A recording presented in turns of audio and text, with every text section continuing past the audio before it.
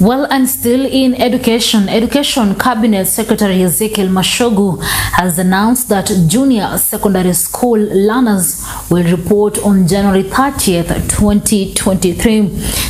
Speaking during the form-1 selection exercise at KICD in Nairobi on Monday, the CS said the government has assessed 14,000 public primary schools and found that 13,000 of them are ready to admit junior secondary learners.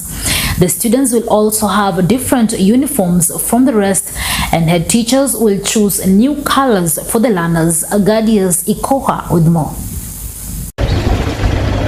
A total of 1,253,577 learners who sat for the 2022 Kenya Primary School Education Assessment will start accessing their results from Tuesday. Education Cabinet Secretary Ezekiel Machogu says all the learners will transit to junior secondary school. 1,253,577 learners sat their 2022 Kibusia in 32,555 centers across the country.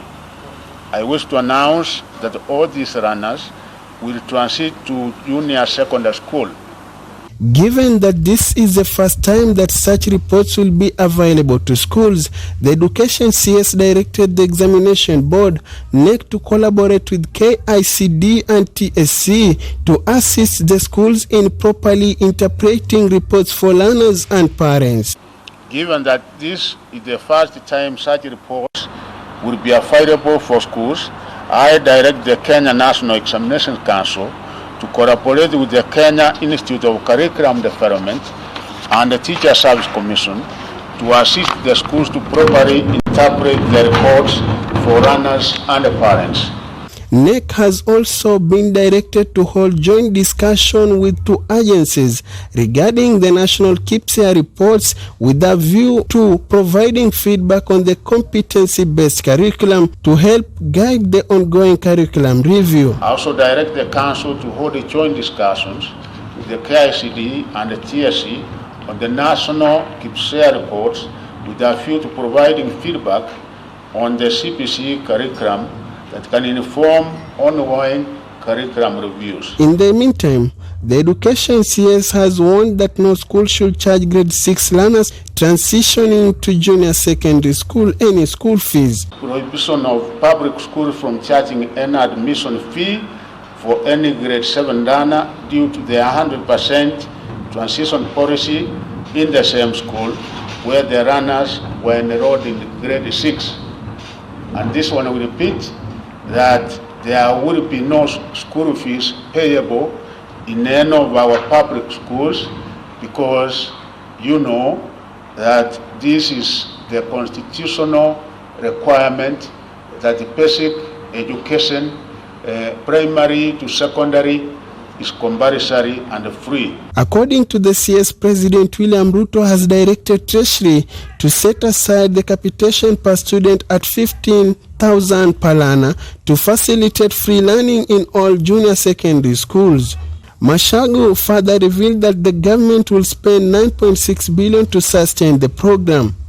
His Excellency the President of the Republic of Kenya, Dr. William Samoei Ruto, has directed that the National Treasury set aside 15,000 per annum as capitation to facilitate free running in all our public schools.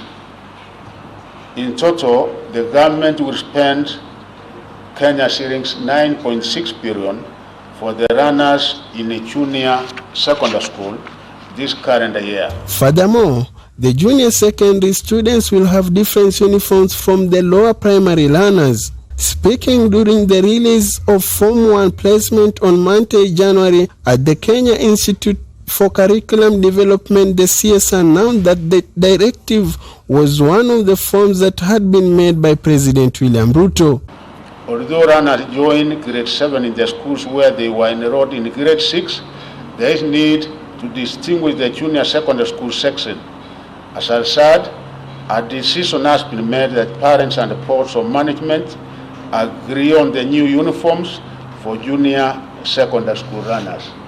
So we are also saying that at this particular level, because it is secondary, the uniform will not be the same, and each and every board of management will be able to make a decision as to the color and the type of uniform that students would be required to put on. The CS stated that it will be the mandate of the Board of Management to make a final decision on the type of school uniform junior secondary students will have. Machogu clarified that parents will have to bear the responsibility of buying the uniforms for students.